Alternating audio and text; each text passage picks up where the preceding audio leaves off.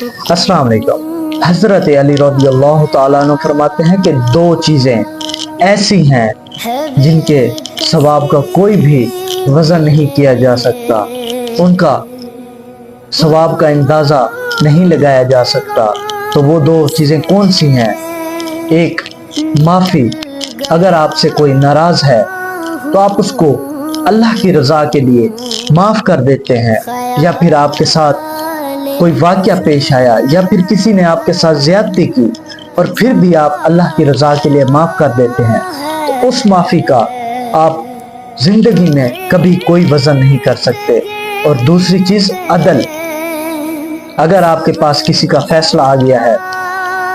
اور آپ سرپنچ مقرر ہو گئے ہیں یا پھر آپ جج ہیں اور آپ عدل کے ساتھ، انصاف کے ساتھ ان کے ساتھ عدل کرتے ہیں اور